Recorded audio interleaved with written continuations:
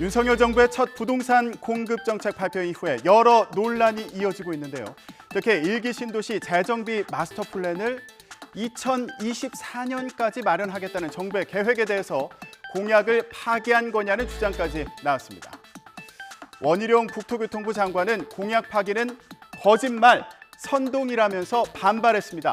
다선 공약은 1기 신도시에 양질의 주택 10만 호를 공급할 기반을 만드는 것이라는 얘기입니다. 이런 가운데 윤석열 대통령이 나섰습니다. 정책이 전달되는 과정에서 신뢰를 얻지 못하고 1기 신도시 마스터 플랜도 제대로 설명이 안 됐다는 겁니다. 정부를 질책하는 목소리로도 들리는데요. 박소정 기자가 전해드립니다.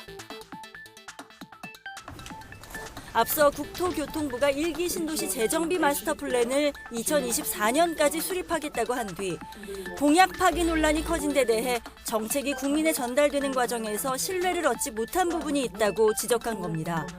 여당과 대통령실, 부처 간 긴밀한 정책 공조도 거듭 당부했습니다.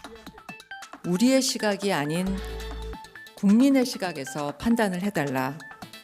정책을 언제 발표하느냐보다 국민께 잘 전달되도록 하는 것이 중요하다. 민생과 정책을 양손에 들고 민심에 다가가려는 전략으로 풀이됩니다. 대통령실은 국민의힘 주호영 비상대책위원장이 윤 대통령이 검찰 출신과 측근에 치우친 인사를 한다고 지적한 데 대해 잘 듣고 있다면서 소화해야 할 부분이 있다면 그에 맞게 할 것으로 생각한다고 답했습니다. 반박하기보다는 몸을 낮추며 대응하는 모양새입니다. 이렇게 처음으로 주재한 을지 국무회의에서 윤 대통령은 또 집중호우 피해가 심각한 10개 시군구를 특별 재난지역으로 선포했습니다. 피해 지원은 속도가 중요하다면서 소상공인을 재난지원금 지급 대상에 포함하도록 지시했습니다. 자, 이런 가운데 국회에서는 검수원복이 논란이 됐습니다. 검수원복, 검수완박이 아니라 검찰의 수사권을 원상 복구한다는 얘기인데요. 이른바 검수완박법에 따르면 기존의 검찰 직접 수사가 가능했던 6대 범죄 가운데 부패, 경제 등 대통령령으로 정하는 중요 범죄에 대해서만 직접 수사를 할 수 있게 되는데요. 이걸 시행령을 통해서 우회하는 겁니다.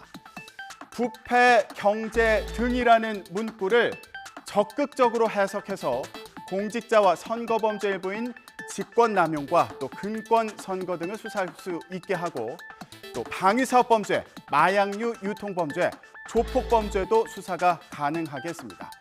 다음 달 10일 개정된 검찰청법, 또 형사소송법이 시행되면 없어질 검찰의 공직자, 선거, 방위사업범죄 수사권이 상당 부분 되살아나게 되는 겁니다. 자, 이걸 두고 국회 법사위에서는 직전 장관이었던 박범계 의원과 그리고 한동훈 법무부 장관 사이에 설전이 벌어졌습니다. 어제 법사위 현장을 김경수 기자가 전해드립니다. 또이 검수완박, 수사기소 분리, 이 법을 반영한 시행령 개정입니다. 예. 수사권에 검찰의 수사권을 제한하는 거예요. 예? 근데 그 제한하는 시행령을 가지고 수사권을 오히려 확대하는 개정안으로 만들었어요. 저는 의원님께서 찬성하신 내용대로 국민을 범죄로부터 보호하기 위해서 최소 필요한 내용의 시행령을 만든 것이라는 점을 말씀드리겠습니다. 그리고 진짜 꼼수라면 위장탈당이라든가 회기조기 같은 그런 게 꼼수 아니겠습니까? 국민의힘은 한동훈 장관 엄호에 나섰고 민주당 스스로 지금 이렇게 수정안에 냈다는 것을 다시 한번 강조를 하는 바입니다. 저는 거기에 따라서 싶습니다. 민주당은 법무부가 헌법을 어기고 있다고 되받아쳤습니다. 지금 법무부가 헌법이 규정하고 있는 삼권 분립과 대의 민주주의를 심각하게 위협하는 행위들을 하고 있습니다. 채널A 사건 악연으로 엮인 한동훈 장관과 최강욱 의원이 이해충돌 문제를 두고 공방을 벌이기도 했습니다. 본인은 피해자라고 주장하지만 기소되셨잖아요. 내가 더 피해자라고 보는 경우가 그러니까 이해충돌이 많지 있다는 않아요. 얘기입니다. 어디 끼어들어가지고 지금 신상 발언하는데 아니 지금 그런 태도를 바꾸란 지금 말입니까? 이런 상황 그 사건의 사실상의 피해자는 접니다. 가해자는 최강욱 의원이시고요. 그런데 가해자가 법사위원회 위원의 자격을 이용해서 피해자에게 어떤 충돌적인 질문을 하는 것이 과연 국회법상의 이해충돌 규정에 허용하는 것인지. 법사위에서 여야는 검찰의 전 정부 수사와 감사를 두고도 격돌했습니다. 법무부와 감사원이 전 정권을 상대로 표적 수사 또 감사를 한다는 건데요. 지도부도 공방을 벌였습니다. 윤석열 정부 검찰도 살아있는 권력을 수사하라는 민주당의 주장에 국민의힘은 내가 하면 적폐청산이고 남이 하면 정치 보복이라는 이중잣대를 버려라 이렇게 지적했습니다. 자, 이런 가운데 검찰은 탈북어민 북송 사건과 관련해서 대통령 기록관에 대한 본격적인 압수수색에 들어갔습니다. 개견은 몇 주가 걸릴 걸로 보이는데요. 핵심 기록을 찾을 수 있을지 주목됩니다. 어제 저녁에는 국민의힘 윤리위원회가 열렸습니다. 폭우 당시 실언 논란이 있었던 김성원 의원의 징계 여부를 논의하기 위한 자리였는데요. 윤리위는 회의 결과 김 의원에 대한 징계 절차를 개시하기로 했습니다.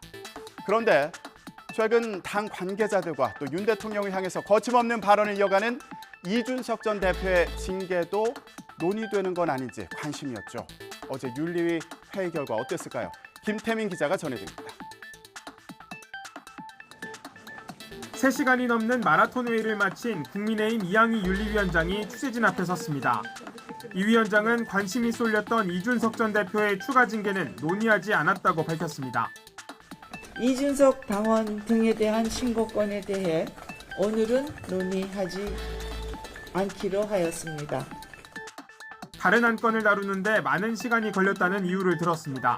실제로 국민의힘 윤리위는 최근 수해복구 현장에서 실언으로 물의를 빚은 김성원 의원에 대한 징계 절차에 돌입하기로 했습니다. 김희국 의원과 권은희 의원도 윤리위 규정을 위반했다며 대상에 포함했습니다. 상대적으로 정치적 부담이 덜한 사안부터 결정한 것으로 보이는데 그렇다고 이 전 대표에 대한 추가 징계 가능성을 완전히 부인하진 않았습니다. 논의 시점에 대한 질문에 두고 보겠다며 여지를 뒀습니다. 이 다음에는 오늘은 논의하지 않기로 하였습니다. 네. 그럼 언제 논의를 하시겠다는 거예요? 그거는 두고 봐야 되겠습니다. 이 전 대표를 꼬집어 말하진 않았지만 언행에 신중을 기해야 한다는 경고도 빼놓지 않았습니다. 국민의힘 당원 모두가 보다 이성적이고 합리적인 언행으로 건전한 정치 토론 풍토를 지켜가는 것이 국민과 당원의 기대와 신뢰에 부응하는 모습이라고 생각합니다. 이 전 대표는 이런 움직임에 거세게 반발했습니다. 윤리위가 추가 징계를 내릴 경우 지금보다 대응 수위를 더 높일 태세입니다. 윤리위에서 지금 얘기하는 거는 말을 규제하겠다는 거거든요. 정치는 말로 하는 거고요. 표현을 규제하겠다는 것인데 이준석이 막말로 논란이 된 적은 없거든요. 비대위 효력정지 가처분 신청 사건에서 지더라도 법적 다툼을 계속 이어가겠다는 입장도 분명히 했습니다. 가처분과 본안 소송은 충분히 결과가 다를 수 있고 저는 이 지금 비대위 전환에 대한 일련의 소송 같은 경우에도 계속 다퉈야 될 거로 보입니다.